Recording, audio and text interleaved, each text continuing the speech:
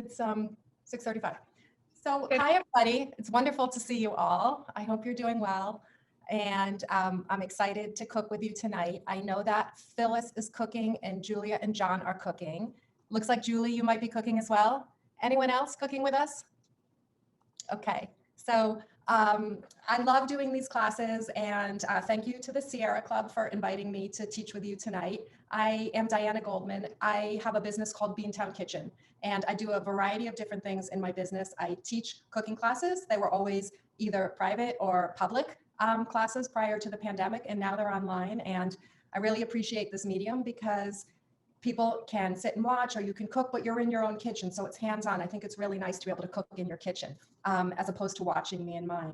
So I teach these cooking classes. I also in the past have taught grant-funded cooking classes for Harvard Pilgrim Healthcare Foundation. And in those classes, I am teaching people how to eat whole food, plant-based, healthy, affordable recipes. And some other things that I do, I also do catering, I do food photography, and some of you have been on my classes before and you know I'm working on a cookbook. I'll talk about that more a little bit later. So the reason why it makes sense for me to be teaching these classes for the Sierra Club is all of the teaching that I do is plant-based. So it's all vegan cooking, and it really is consistent with the mission of the Sierra Club because eating plant-based is one of the single most impactful things we can do for the health of the planet. So the more plants that we can incorporate into our diet, the more beneficial it is for the planet. And obviously it's beneficial for our health. I mean, all doctors consistently believe the more plants, the better. Good for our health. It's also good for the animals. So what I'm going to be teaching tonight is two different recipes. One is a simple rice, which is going to be a complement to this red lentil and spinach dal that we're making. So they're really simple, and I'm just going to be demonstrating from start to finish. I'll show you some cutting, chopping, etc. If you have questions while I go, please feel free to either write them in the chat, and Sarah will keep an eye on that, and she'll stop me as we go with questions, or you can jump into and ask a question. I think we're a small enough group that we could probably manage that as well. So I'm just going to start out by putting on the rice. The rice takes about 40 minutes to cook, so we want that to finish about the same time as the dal that we're making. So I use a basmati brown rice. When I'm cooking with rice, I like to choose a whole grain rice. It's just healthier for us. There's more nutrients in it, so why not? So I'm going to start out with 2 cups of rice, which I'm going to rinse. So I'm going to measure them now into this colander, 2 cups, and I'll give it a rinse. Why is it important to rinse the rice? Just if there's like any dust on it. I also saw a video, which was actually kind of entertaining, where this gentleman was saying that if you don't rinse your rice, it's like really stinky. It doesn't taste nearly as good. So some people claim that it's beneficial for the taste of the rice, but I just kind of like to give it a rinse to get any dust off of it. Also, I think it helps just with the starchiness of the rice to rinse a little bit of it off beforehand. Some of rices are more important than others. So I'm just going to rinse this in my sink right now. And then I'm going to put it on the stove, and it's up to you whether you want to make a coconut rice or you just want to make a simple brown rice. I'm going to demonstrate making a coconut rice. So I'm going to take this over to the stove now. Oops, before I do that, I'm just going to measure out the water and the coconut milk that I'm going to be using. So with my 2 cups of brown rice, I'm going to add 1.5 cups of coconut milk, and a 15-ounce can is always 1.5 cups. So I know that right away. I've got 1.5 cups here of this. I'm using a light coconut milk. It's just Diana, I have a comment here from Corinne, which says, I heard it also helps reduce the arsenic content of rice. I just would like to add that if you get organic rice, the arsenic content is much less. Yeah, and that is, I recently read an article about, thank you for those comments, about the arsenic content in rice. And I mean, it's the point, if you eat a lot of rice and you like other types of grains, it's a good idea to mix it up. So I know, Sarah, you're a fan of different grains, but certainly, you know, like with this recipe or other recipes, try quinoa sometimes, some barley sometimes, some camus sometimes, some millet, right? You can try other types of grains to go with this dish or other dishes where you have rice. So I have 1.5 cups here, and then I'm going to add another 2.5 cups so that I end up with 4. I'm adding 2.5 cups of water. So now I have 4 cups of liquid. So what I'm going to do is go over to my stove. Is that for on the pot as an Instant Pot, or is that for regular on the stove? In the Instant Pot, the quantities are less. So in the Instant Pot, you would have 2 cups and then 2, 3. So you would have 1.5 cups of the coconut milk and 1.5 cups of water if you're using the Instant Pot. Okay, so I'm just going to take this over. I'll just turn you this way. I'm just going to take this over to my stove now. And just get my pot out of the dishwasher. Okay, I'm turning it on, and I'm just going to add the rice and then the liquid to the pot.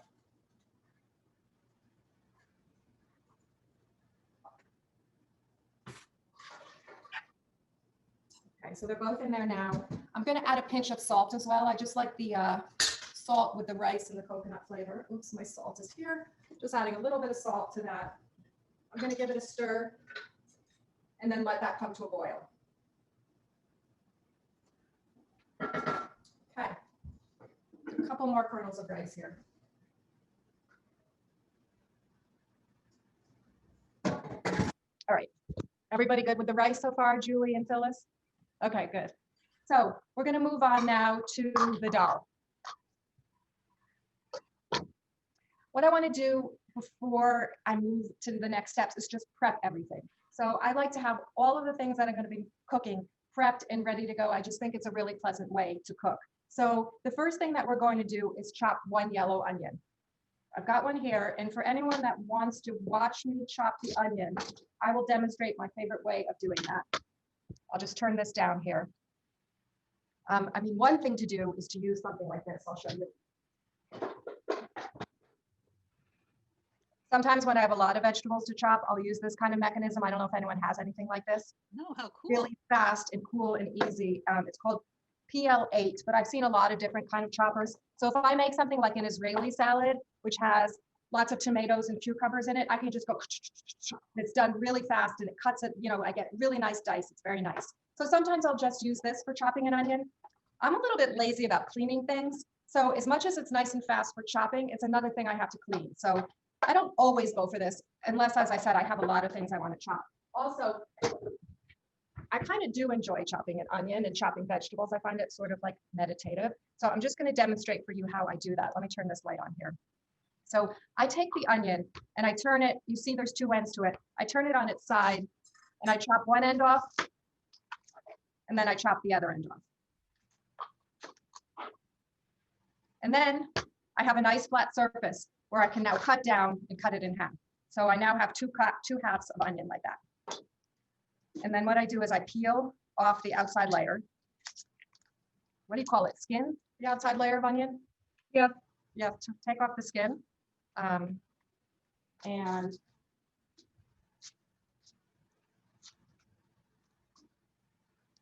then what I do, if you look carefully at the onion, there's 2 sides to it. There's the side which was sort of the root, and then there's the other side. The root side sort of holds it all together, and the other side doesn't. So what I'm going to do is I'm going to put this flat on my cutting board, and I'm going to slice horizontally, keeping my fingers back so I don't have my fingers in front of the knife. And I'm going to slice horizontally back towards the root like this. And I make 2 or 3 horizontal slices. And then what I do, is the lighting not good? Maybe, I don't know if that's, is it very glary for you? Can you see? Let me try using a darker color. This might help. Oh, yeah, that's better. That's better. Okay. So, and then what I'm going to do is slice vertically. And then I'm going to make a vertical slice in the other direction. So I've made 3 different slices, and see how I get nice, evenly sized dice now? I just think that's like nice and easy to do. Okay, there I go. And I'm going to do the same thing now with the other one. I'm slicing horizontally.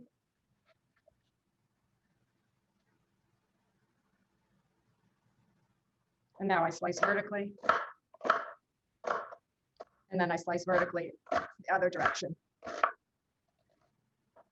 And I have a nice sliced onion here.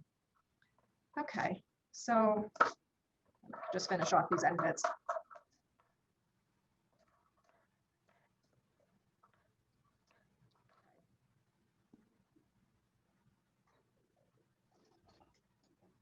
I'm going to set aside this onion. I'm just going to check on my rice to see how it's looking. Okay, that's good.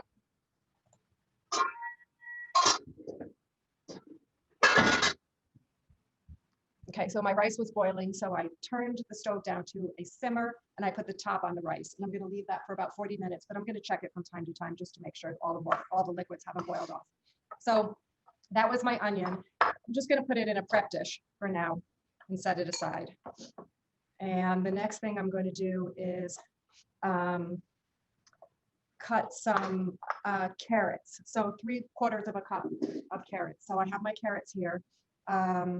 I'm going to give them a wash. I have gotten in the habit for things like this, like a stew or a chili or a curry or whatever, of not peeling my carrots. If I'm making a nice salad, it might be unsightly to have an unpeeled carrot, but for something like this, it makes no difference to leave the peel on. There's lots of nutrients in the peel. Why give yourself extra work and why throw away good food? So I'm just going to chop now these carrots. Let me just turn this down and I'll show you how I'm going to do that. Chop the ends off. Chop the end off of this one. And let's start with this one. I'm just going to cut this in half. And I'm just going to quickly just chop these in thin half rounds. Okay, and I'm looking for 3/4 of a cup here of carrots. Let's see. And I need another one. I'm going to cut the end off here. I'm going to cut this in half and then make some quick half rounds.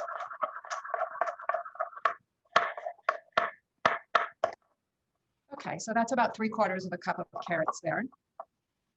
Okay, that can go in there. And I'm also going to prepare some of the spices. So I'm just going to look and see what gets prepared together. The cumin, we're using cumin, turmeric, garlic, and ginger, and they all go in at the same time. So I'm going to prep each one of those now and put it in a little prep dish.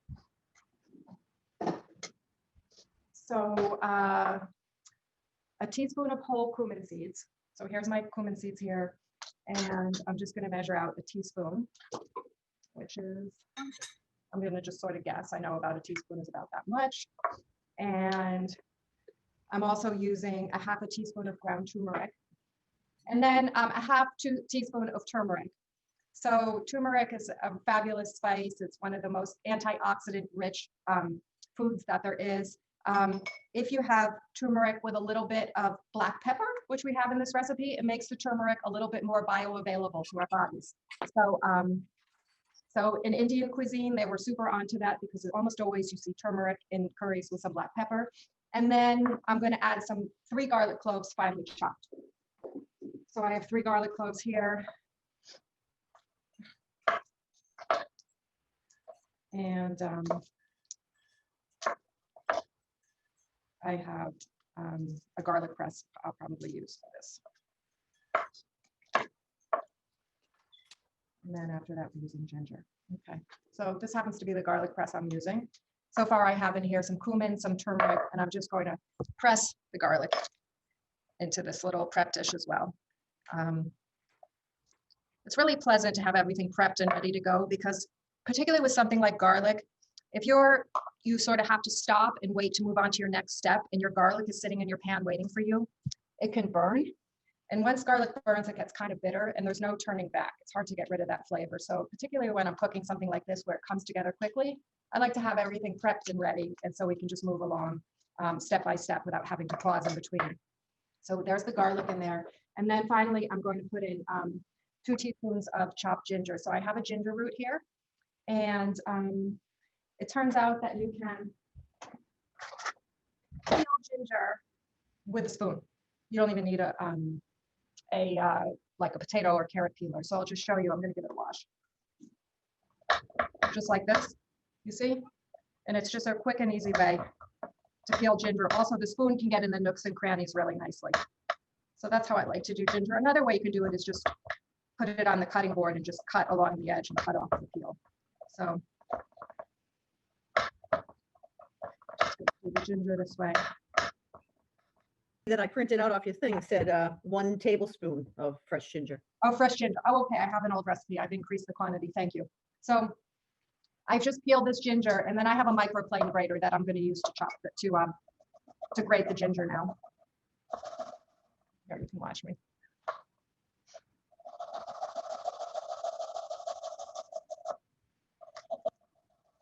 Okay, let's see what we got here. Okay, I need a little bit more. That's called a ginger plane or a plane? It's called a microplane. Microplane. Oh, Mike- Diana, Yes. I just checked online, and this website said that 1 tablespoon fresh ginger is equal to 1/4 of ground ginger. 1/4 teaspoon. 1/4 teaspoon. Oh, that's all. Okay. Yeah. Okay. Thank you. All right. So let's see how much I have here. I have a tablespoon. Okay. This microplane grater is good for, I find, for ginger and also for getting the zest of lemons, oranges, limes. I love my microplane grater. Okay. So I have now the ginger, the salt. Let's see, salt and pepper. Carrots, lentils, zest, salt and pepper. Okay, so I need to get some lemon zest ready. So a teaspoon of lemon zest. I have a lemon here, and as I said, I'm going to use this microplane grater and get about a teaspoon. Okay. And I'm just gonna Maybe we should keep the rice after all. okay. Who has the recipe open in front of them? Julia. Off the website. Barbara. have the list of ingredients. Okay, Barbara, maybe you can, when we get going, you can read us the steps. Okay, so I'm just gonna get a little bit more of the lemon zest.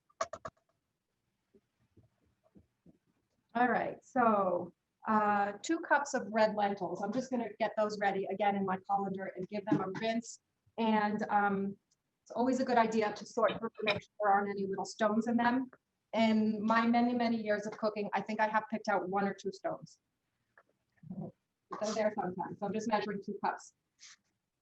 1, 2.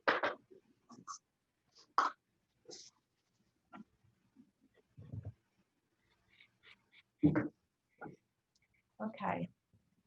So let's see, I'm just reading through the recipe now. 2 cups of red lentils, the onions are ready, cumin, turmeric, garlic, ginger, carrots, the salt and pepper I've got over there, lemon zest, some water, and then the lemon juice and spinach are later. So how are Phyllis and Julie doing? And Julia and John, are you caught up with me? We are. Yeah, we did all our prep beforehand, and we have farro for our grain, so we're not. Excellent. We had some farro in the freezer that we're just, so we have a separate grain. Perfect. Actually, that's No, what for the group, farro doesn't really freeze well, it turns out, but we have it, so that's what we're using. yeah, that will work just fine. As I mentioned, any kind of whole grain here would be great. Okay, so I'm going to move over to the stove now. I just want to say one thing is that you can, if you want to, cook this recipe with an olive oil and saute your onions in olive oil. I'm going to show you how to saute the onions in some water. I find that the recipe really doesn't lose anything much without having olive oil in it. It's fine. And by cooking without olive oil, basically you're reducing the amount of calories in it. So this recipe calls for a 1/4 cup of water. If we used a 1/4 cup of olive oil, instead we'd be talking about 125, 250, 500 calories just from the olive oil, because there's 4 tablespoons in a 1/4 cup, and 1 tablespoon of olive oil is 125 calories. So without it adding anything much in the way of nutrients. So also there is some suggestion that for people who are trying to address heart disease, reducing the amount of olive oil in your diet can be beneficial. So I just sort of think, why not? I'll show you this technique, and I find it still delicious without olive oil. So I'm going to put a 1/4 cup of water into that pot, which you see where it says Diana Goldman. I'm going to be heading over there, and then I'm going to put my onions in, and they're going to saute for about 5 minutes until they're softened. So I'm going to pin that there so you can see what I'm doing over here. So I'm adding a 1/4 cup of water to this pot. Just add a little bit more. And then I'm going to add the onions.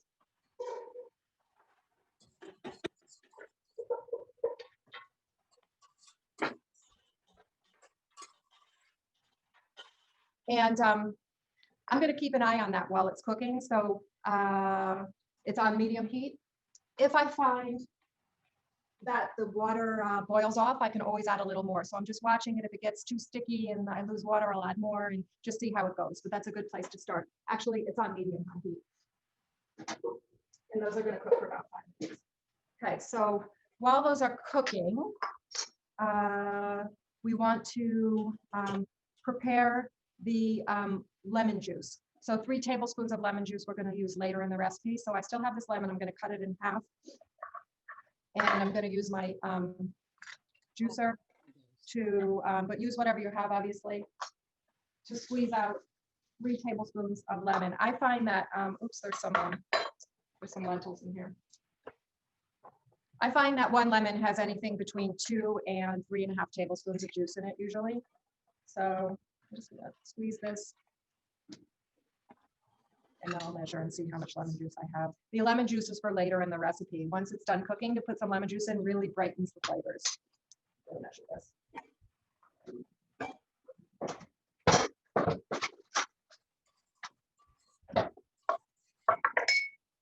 Okay, so here's 1, 2, 3. Yeah, my lemon had exactly 2 tablespoons of lemon juice in it.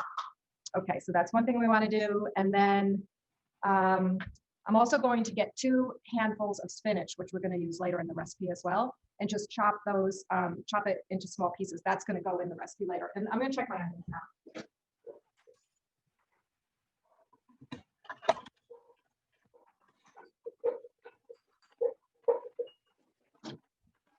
Okay, the onions are looking good.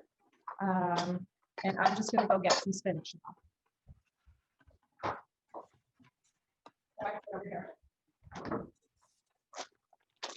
I have a bag of baby spinach here, and there's 1 handful and another handful. And I'm just going to turn down my cutting board, turn down my computer so you can see me just chop this. I'm just going to roughly chop it.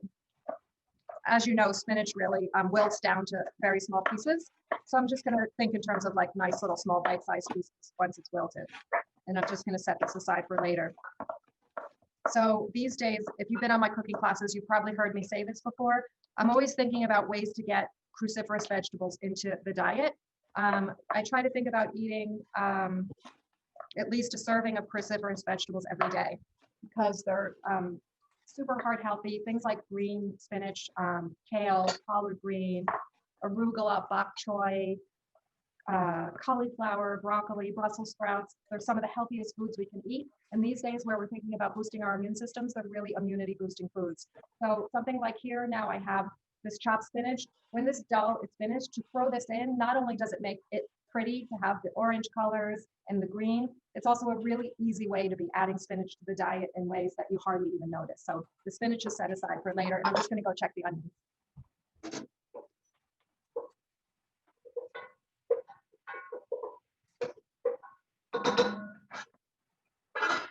Okay, so those are looking good. I have the spinach and the lemon juice set for later. And also, I could chop up some cilantro. If you are someone that likes cilantro, it's really delicious. And this recipe as a garnish when you're finished. So I've got a little bit of cilantro here. Parsley works well too. If you like your food spicy, putting a little bit of red chili pepper. I can hear that these need a little bit more water, so I'm just putting a little bit more water in. And I'm gonna keep cooking. So I'm just gonna break off a handful of this cilantro here and have that ready for later. Give it a wash and then chop some cilantro to be set aside as a garnish.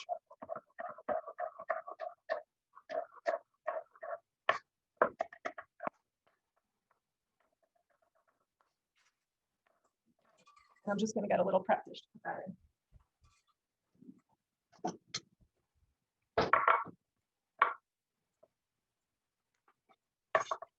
So much more fun doing this when you're cooking along. When you're just watching, you can only imagine what it tastes like. Yeah, I know. Next time, cook along if you want. I am cooking along, but it's, Oh, you are? Sorry, I didn't know who was saying this. oh, it's Phyllis, yeah. Oh, Phyllis. Oh, yeah. Yeah. It is fun to cook along, right? And even as I was saying, oops, I lost everybody. Here you are, gallery view. Oh, there you go, Phyllis. Even as I was saying, when I used to teach cooking classes in my house, which I'll get back to, I cooked here and the participants, you can't see this, but I have an island here, and they sat on the other side and they watched. But I think, like, you know, there's all sorts of modalities when we learn, we watch, we listen, we feel. To have the tactile experience of making it yourself, I think probably is the best way to learn to cook. So you need a little bit more water. So I added some more water. And they are pretty close to being cooked. I'm going to give them just one more minute. And then we are ready to go for the next step. I'm gonna move these over here. I'm gonna put my spinach back in the fridge and put my cilantro back in the fridge. Our onions are perfect now too. So Okay, excellent. we're right along schedule. Yay, team. All right. So let's see. I think, Barbara, you were maybe going to, do you mind reading us the next step? Nope, fine. Thank you. Okay, so heat a large pot over a medium-high heat. Got it. So with a quarter cup of water, saute the onions for about 5 minutes until softened, adding more water as necessary. Okay. Stir in cumin, turmeric, garlic, and ginger and cook for about a minute, stirring Okay. continuously to toast but not burn the spices. Okay. So what I want everybody to do is get ready 5 cups of water. Because after that step, then we're going to add the carrots, lentils, zest, salt, pepper, and water. So if we have the 5 cups of water ready, that will be helpful for us. I have a question. Yeah. It says, so, I mean, this is the thing about like using water instead of oil, which is new to me, but I love the idea. Yeah. Then it says toast, so you're throwing in the spices and it says toast them but not burn them, but they're in water. So how are they really toasting if they're in water? Well, at this point now, your pan should be pretty dry. Yeah. Or does you still have quite a bit of water at the bottom? Let's try. If we have some water, should we kind of let it burn off? Yeah, pretty much burn off. So by the time you get to the stage, you're sort of toasting almost in a pan that's dry. So it's like dry toasting, Okay, thanks. frying in oil. Okay, so if you have, the reason why I want you to have water ready is because when we get to the stage where we're adding, the garlic and the ginger and everything moves quickly, I don't want things to burn. So if we throw the water in after that stage, it's just going to slow down the cooking of the ginger. I'm sensitive to burning it. So I have my 1 cup ready, and then I have, what I need is I have a 1 cup measuring cup, and I also have a 4 cup. So that's my 5 cups I'm going to have ready. Okay, so thank you, Barbara. So we're at the stage now where we're adding cumin, turmeric, garlic, and ginger, and then stirring for a minute. Here, I have that all in this. You can't really see it very well. I have all of that here together. And after that, I'm adding the carrot. So I'm going to go over and put that in the pot. I'm going to pin this here so you can see what I'm doing. I'm going to go in here and cook for a minute. I'm just going to stir things around. And I'm going to make sure that the ginger and the ginger and the garlic make contact with the bottom of the pan, so that they cook and they get toasted. Okay. And then what Hey, Diana, I'm ahead of you. I did that before you. So should we just dump the water in now? Yes, go ahead. As well as the Carrot, carrot- lentils, zest, exactly. As well as Well, what? The lentils and the zest? and the carrots, Lentils, zest, and carrots. So you have the 5 cups of water? salt and pepper. Okay, my lentils are going in now. And my carrots. And my zest. Then my water. And salt and pepper. Thank you. Water and another cup of water. And then salt. How much salt and pepper? Salt is a teaspoon, pepper is a half a teaspoon. And So can I just ask about salt? So we try to do reduced salt, and I'm always confused, or not confused, but I never know when it's really necessary to put salt into a recipe versus when I can skip it safely without any big effect. Do you have guidance on that? it's really a matter of your taste, and like your taste buds like down regulate over time as you reduce salt out of your diet. You become more sensitive to salt, so you'll need less. So one thing I do know about cooking with salt is you salt a little bit as you go, you're bringing out the flavor, and you'll need less overall. If you just wait to the end and then just throw the salt in, you end up using more salt. So whether salt is needed in a recipe, I don't think it's ever really needed in a recipe unless you're doing something like making a sauerkraut, which is reliant on salt, or you're brining something. But salt does balance out other flavors. So if you want to bring out the sweetness, for instance, in a dessert, if you have a little sprinkling of salt, it brings out the sweetness. So it's a good flavor balancer, but you can use things like celery in a dish, has some added natural salt. I don't know, olives, maybe some added natural salt. So, you know, that's my feeling. And this recipe certainly tried decreasing the amount of salt. I think I actually am probably a little bit guilty. I'm going to go with gallery view. A little bit guilty of using salt generously in my dishes. Certainly you can reduce them. I have a little bit more lentils in this colander. I'm just going to get out into my pan. So, so I'm just going to stir everything together. You've probably all done this. I haven't done it yet. And the next thing that we want to do is, Barbara, everything's in the pan. Bring to a boil, then cover the pot and turn the heat down to simmer. Okay, great.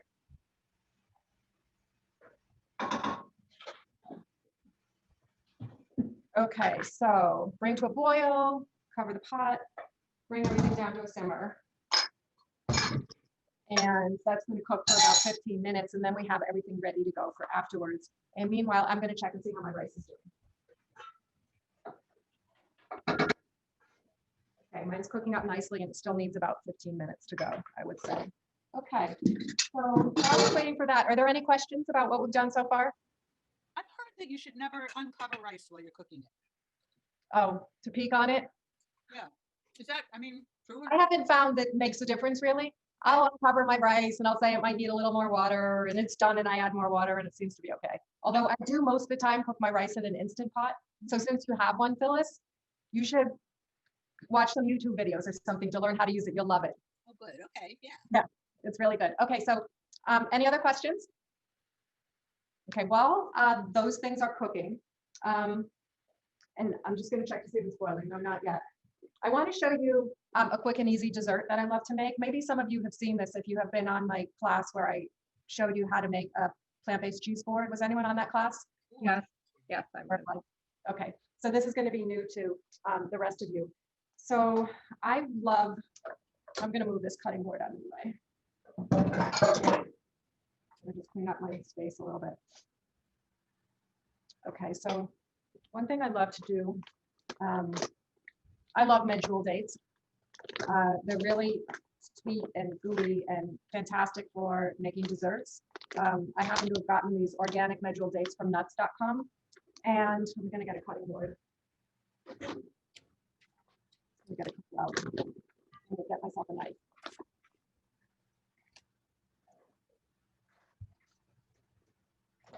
Not boiling yet.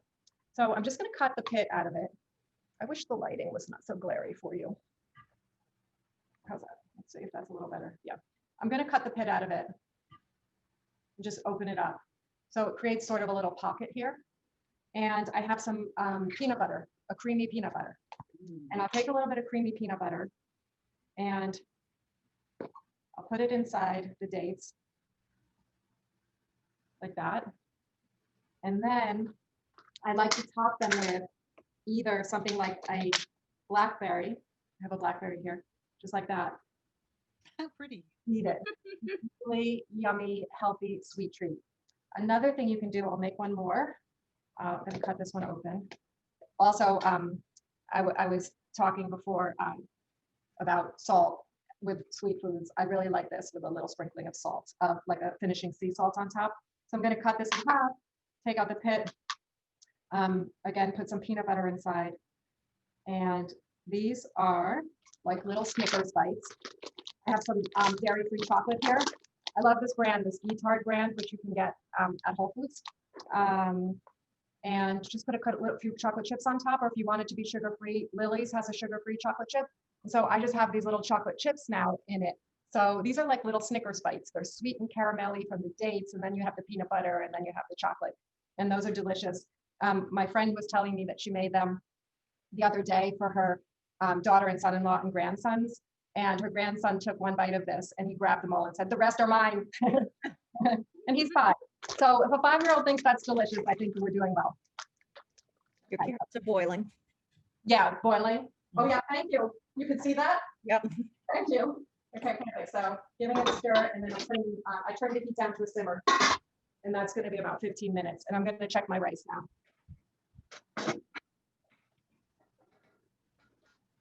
It's also about 15 minutes. Wait, let's see. So if cooked, stirring occasionally, and a little soft, depending on your lentils, you may need to simmer for a little longer. Okay. So there we go. And once those two are finished, I'm trying to think if there's anything I should tell you about the lentils. Yeah, so you're basically cooking until the lentils soften. And depending on the age of your lentil, the variety of your lentils, it could be anything from 15 minutes, it could be longer, it could be shorter. So you're just sort of keeping an eye on it and testing it and seeing when they're softened and ready to eat. So I know this particular type of lentil for me takes about 15 minutes. And then when it's finished, you would throw in the spinach. You can even turn off the stove. You don't need to cook the spinach. Just put it into the hot lentil and it wilts in the lentil. Actually, I have a picture of the finished dish. I don't know if anybody is on Instagram. But if you go to Instagram onto my Beantown Kitchen account, let me see if I can find the picture and show you. I made this recently. Let's see. Oh, is it on here? What is your account? Beantown Kitchen. I have Instagram. I don't know how to exactly find things. I guess Oh, okay. Well, if you give it a go, if you can find it, I'm posting pictures all the time and posting recipes. I thought I had it up there. Maybe I didn't. Well, certainly on my website, go to Beantown Kitchen on my website. There's pictures of the finished dish. Sarah posted links to it, so you should be able to find it. That's strange. I can't find it. I thought I had them on here. Okay. Yeah, I've never. I have it. I have the app, but I've never used it till now. Oh, you haven't? No. I see instant pot Italian bean soup. with Oh, bean yeah. potatoes. I don't think, I thought I had it posted on Okay. my, I thought I had it posted on Instagram, but I don't. But I have all sorts of other things. Anyway, as I said, Sarah posted the link so you can find it there. So one thing I should say is I am writing a cookbook. It's about, it's a couple things. It's a cookbook, first of all, and there's 100 recipes, but the main focus of the cookbook is helping people eat a plant-based diet in a world which eats mostly meat. And what I found is I did a lot of research. I spoke to or interviewed almost 1,000 aspiring vegans, current vegans, and ex-vegans to find out what it takes to succeed and stick with a diet. And I did find there's 8 factors, but the most important thing is feeling socially connected. The social part of it is what is most derailing for people. Sort of like, it's just too hard when I go out to eat. My spouse is vegan and I'm not. You know, I'm vegan, but my parents aren't supportive, or you know, it's just too difficult. What do I do when I travel or go to work? So the book is really focused on helping people navigate social situations, because what I most want people to do is feel sort of connected and joyful and not disconnected and demoralized about trying to sort of bunk the norms. It's getting more and more easy these days because it's becoming more acceptable to eat plant-based and there's so many more foods available in the market, but that's the focus of the book. I also have a YouTube channel, same name, Beantown Kitchen, which I started because when I was teaching those grant-funded classes, I found that people said, I saw you demonstrate it, now I want to try it at home, and I wish you were in the kitchen demonstrating again. So I started creating videos that I was making on my classes so people could watch the preparation at home. So that might be a good resource as well. Could I ask a question? I'm sorry, go ahead, Julia. Can I ask a question about what you said? Yeah. So it's interesting to me that you raised the issue of, social, interaction when you're vegan. It can be very difficult. Yeah. I would have thought about that in a totally different lane than cooking. Yeah. But is it a cookbook that you're writing, or more kind of addressing the social situations, or is it both? Really, really great question. It's both. So there's 100 recipes, and the recipes are designed for vegans, meat eaters, and everyone in between to enjoy together. So I'm an extremely enthusiastic cook and entertainer. That's what I love to do. And when I first went vegan, I was so nervous, like, can I ever have people over again? Are they even going to want to come? Are they going to leave hungry? Do I need to serve some steak on the side for them to make them happy? So I've gathered recipes that I find are really satisfying and exciting for all palates. So it's that. And it's also like parents, people who are cooking for all sorts of different types of eaters under one house. So it's vegan recipes that sort of work for everybody. But also it's the other part, which is tips for dealing with difficult social situations. Like, I'm invited to a wedding, what do I do? And it's everything down to like, here's a sample way to RSVP, like a note you might send telling them about your diet, or what do you do when you travel? Here's some tips for traveling. So it's like both part of it. It's like dealing with difficult social situations, dealing with difficult conversations, and also sort of a mindset for feeling connected and joyful, because in the end, like, we want to eat in a way that is beneficial for the planet or for our health or for the animals, but we don't want to lose our connections. Like, we're human beings. We don't want to feel isolated. We want to continue to have loving relationships with people. So this is where I'm hoping, like, that's what I'm trying to navigate. We have a question in the chat from Anne Whaley-Tobin. Did I say your name right? What is the difference between red and green lentils? Are they interchangeable? Yeah, I think that the green lentil tastes a little bit more earthy than the red lentil. I think it has a slightly different flavor. They are interchangeable, definitely. And what I like about both the red and green lentil is that they cook nice and quickly. Some beans, like chickpeas, you could be cooking them for hours and hours. And a lentil doesn't need to be pre-soaked, and it can be done in 15 minutes. Yeah, I'm gonna, speaking of lentils, check mine.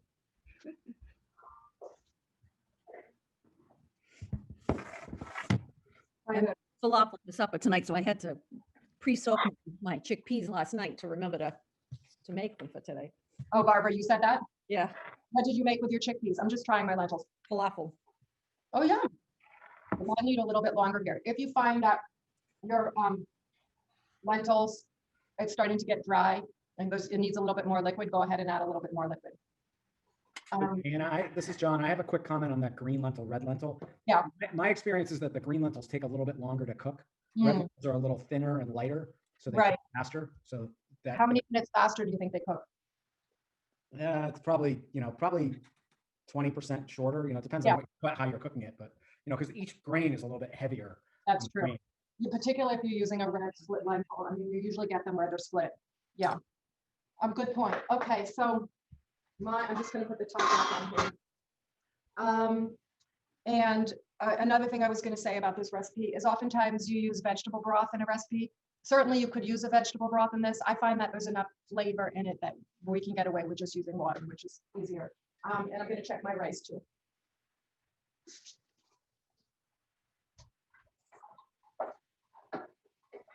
My rice is done. Anna, Corinne just put a message in the chat. I need to sign off, but this was great, and I really look forward to making this recipe. Thank you, and look forward to your book. Oh, thank you, Corinne, so much. Thank you. Thanks for joining. So I can't hear you. You're on mute. You're on mute. Sorry. It looks really good. Thank you very much. You're so welcome. You're very Thanks welcome. for Thanks for joining. So I think that pretty much takes us to the end, unless anyone has any more questions. No? Okay. It's so good to see you all. I miss seeing people. It's nice to see some faces, right? Are you all feeling like that? Yeah. I mean, Oh, it's not definitely. like getting away with having people outside with a little bit of a heat, but our heater broke, so. you know what I mean? Oh, you poor thing. I know. So it's wonderful to see you all. Thanks for joining. Thank you so much. Thank you, Diana. Thanks a lot, and we look forward to eating now. Yeah. Okay. How's it? Is it cooking down? It's still got a ways to go. Yeah, it's getting close. Okay, good. 2 minutes. All right. We look forward to your book too. That Yes, sounds awesome. yes, it was Thanks. wonderful. Okay, great. Wonderful. Really All right. excellent. Thanks, Anne. Thanks. All right. Good to Yeah, see you, great. Phyllis. Photos.